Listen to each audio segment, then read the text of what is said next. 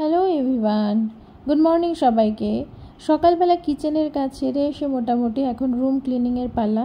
তো চলো room clean করে ফেলি। আর মাম্মামের বিছানাটা রেডি করলাম, মাম্মা ওদিকে কাঁদছে, তো চলো ওকে ওখানে শুয়ে দেব। জানালাটা খোলা রাখি সকালবেলার দিকে, তার কারণ সকালে রোদটার ভীষণ প্রয়োজন। বাচ্চাদের হাড়ে রোদ লাগানোটা 10 to 15 মিনিটস সকালবেলার, একদম সকালবেলার রোদটা লাগানো ভীষণ ইম্পর্টেন্ট, যেটাতে কিন্তু থাকে ভিটামিন ডি। এটা কিন্তু মামামের বাবার ওয়ার্ড্রপ। এখানে আমি মামামের বাবার জামা কাপড় রাখি, আর পাশের ওয়ার্ড্রপটা হলো মামামের, যেখানে মামামের জামা কাপড়গুলো অলরেডি আমি ভাঁজ করে রেখে দিয়েছি।